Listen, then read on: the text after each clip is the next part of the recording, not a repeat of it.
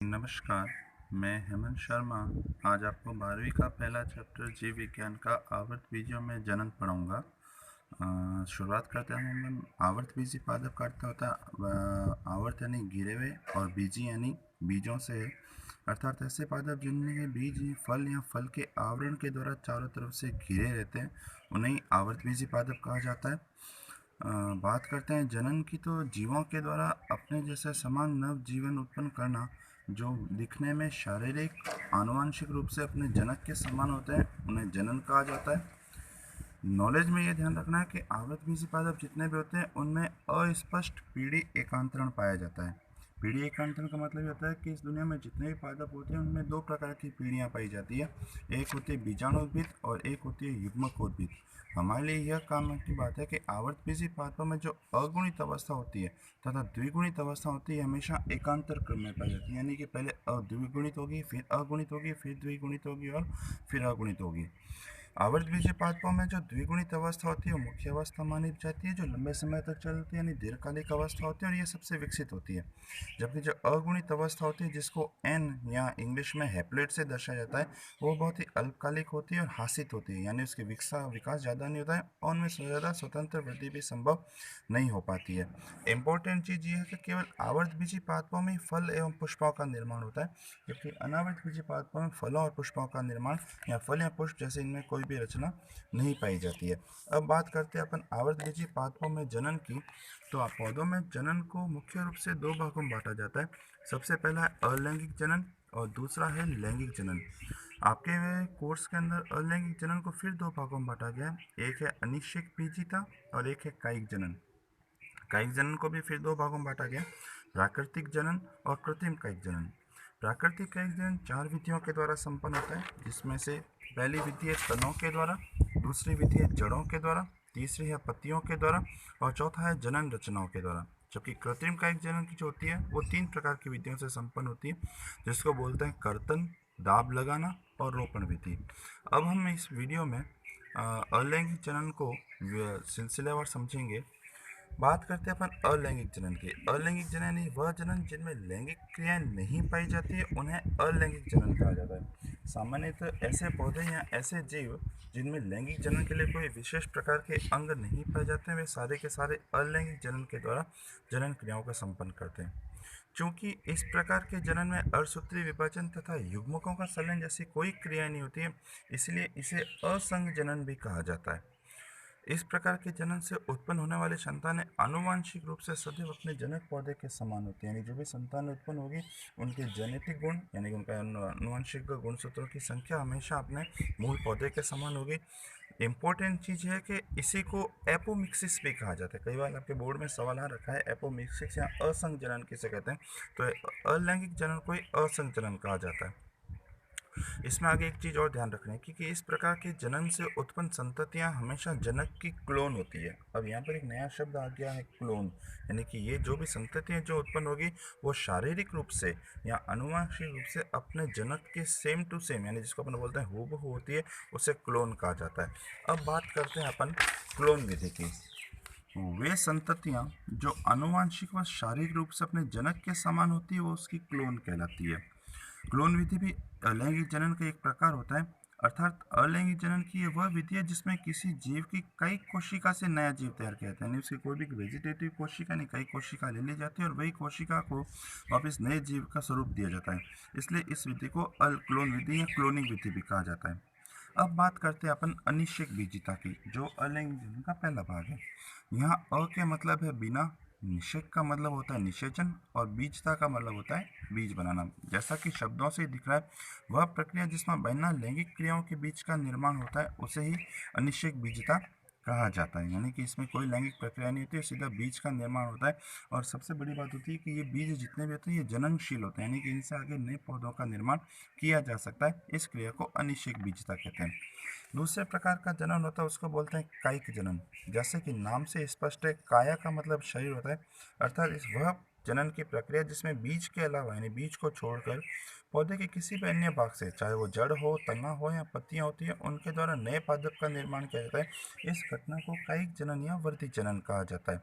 Important चीज ये है कि पौधे का वह भाग जिसका उपयोग कायिक जनन में किया जा रहा है उसे कायिक प्रवर्ध या प्रोपेग्यूल कहा जाता है।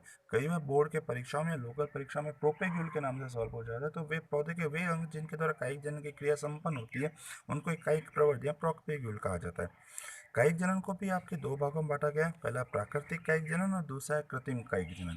प्राकृतिक कायिक जनन का मतलब होता है प्राकृतिक विधियों के द्वारा जो जनन संपन्न होता है, यानी इसमें मनुष्य का कोई हस्तक्षेप नहीं होता है, उसे प्राकृतिक कायिक जनन कहा जाता है। और ये 4 प्रकार से होता है। सबसे पहला होता है तने के द्वारा, यानी कि तना अनुकूल परिस्थितियों में प्रवर्तित होकर नए पादप का निर्माण करता है। इस विधि को तने के द्वारा कायिक जनन कहा जाता है। इससे निम्न प्रकार से होता है, जैसे कि अपन बात करते हैं प्रकंद। प्रकंद का मुख्य उदाहरण जो होता है वो होता है अदरक और हल्दी। जैसे कि मैंने चित्र के द्वारा बताया गया, इसमें जमीन के नीचे हल्दी को या अदरक को दबा दिया जाता है और कुछ समय में उससे ऊपर की तरफ छोटी छोटी पत्तियां यानी कि नए पादप का निर्माण होता है और नीचे वाले हिस्से से अपस्थानिक जड़ों का निर्माण होना शुरू होता है। इसी प्रकार कंद में मुख्य उदाहरण आलू होता है। आपने देखा होगा था आलू के ऊपर कई बार सफ़ेद रंग की बर्ड्स, जिसको इंग्लिश में बर्ड्स या हिंदी में आंख कहा जाता है, वो पाई जाती है। उस वाले भाग को जब जमीन के अंदर बो दिया जाता है तो उसके अंदर से कुछ समय के अंदर नए प्ररोह उत्पन्न होते हैं और अपस्थानिक जड़ों का निर्माण होना शुरू होता है। तीसरा आपका आता है शल्क कंद, जिसको बोलते हैं लहसुन या प्याज। इसमें लहसुन या प्याज वाले भाग को नीचे दबा दिया जाता है। उसमें कुछ समय बाद उसके नीचे वाले हिस्से से अपस्थानिक जड़ों का निर्माण होना शुरू होता है और ऊपर वाला भाग नए प्ररोह का निर्माण करना शुरू करता है। अगला है आपका घनकंद, जिसमें अरबी आता है। फिर आता है ऊपरी भूस्तारी। भूस्तारी का मतलब होता है भू स्तर से जो ऊपर की तरफ वृद्धि करता है। इसमें मुख्य उदाहरण आता है दूब घास। दूब घास आपके हिसाब से वृद्धि करती है। आप किसी भी घास को, दूब घास को आप जब जमीन पर उगाते हैं तो उसकी कुछ पत्तियां सीधे ऊपर की तरफ वृद्धि करती है, लेकिन एक दो पत्तियां हमेशा जमीन के पैरेलल यानी समांतर चलते हुए कुछ दूर जाकर फिर जमीन के अंदर प्रवेश करती है और वहां पर जाकर वो अपस्थानिक जड़ों का विकास करते हैं। उनके ऊपर से फिर नई पत्तियां बनना शुरू होती है और फिर एक नई पत्ती आगे से आगे गति करती चलती है।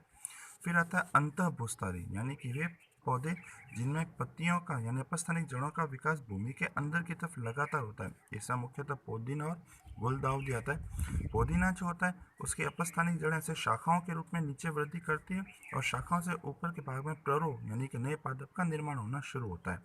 फिर बात आता है अंतिम में भूस्तारी, जो भू के स्तर पर वृद्धि करती है। इससे मुख्य रूप से स्ट्रॉबेरी आती है।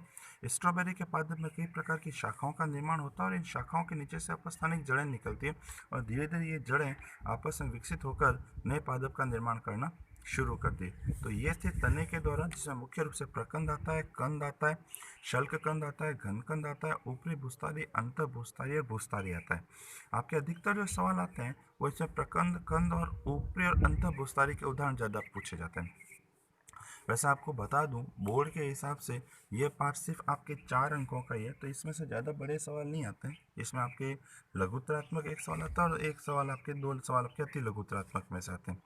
फिर अपन बात करते हैं जड़ों के द्वारा जनन।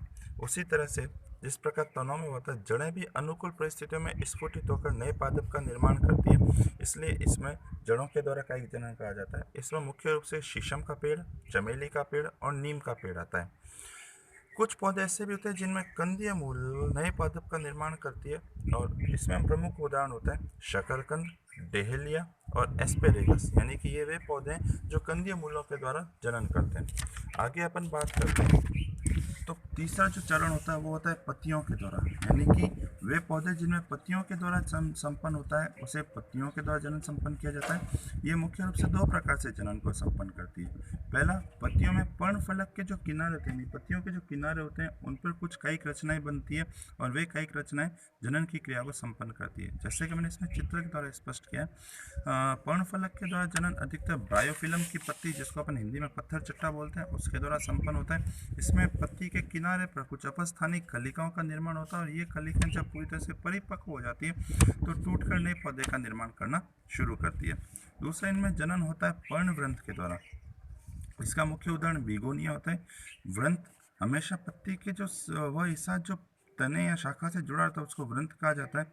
तो उसमें वृंत के किनारे के ऊपर एक अपस्थानिक कलिका यानी पत्रक कलिका का निर्माण होता है और ये कलिका धीरे धीरे अंकुरित होना शुरू होती है। इसके निचले सिरे पर जड़ों का निर्माण होना शुरू होता है और जब ये कलिका विकसित हो जाती है तो ये जमीन पर गिरकर नए पादप का निर्माण करना शुरू करती है। चौथा और अंतिम चरण होता है जननांगों के द्वारा। कभी कभी कुछ पौधों में पत्तियों के ऊपर पुष्प कलिका के स्थान पर, यानी कि कुछ पौधों में पुष्प कलिका के स्थान पर छोटी छोटी पत्र प्रकलिका, जिनको अपन बुलबिल कहा जाता है इंग्लिश में, इसको इंग्लिश में बुलबिल कहा जाता है, बुलबिल का निर्माण होता है और जो पौधों से अलग होकर जमीन पर गिरकर नए पादप का निर्माण करता है। इस क्रिया को जननांगों के द्वारा जनन कहा जाता है। इसमें मुख्य रूप से रामबांस और रतालू नामक पादप आते हैं। तो आज के वीडियो में हमने पौधों में अलैंगिक जनन की विधि का अध्ययन किया था और उसके साथ में उनमें कायिक जनन और अलैंगिक जनन का अध्ययन किया था। कल हम इसके आगे का यानी कि कृत्रिम कायिक जनन का अध्ययन करेंगे और साथ ही उसमें कृत्रिम कायिक जनन की प्रमुख विधियों का वर्णन करेंगे।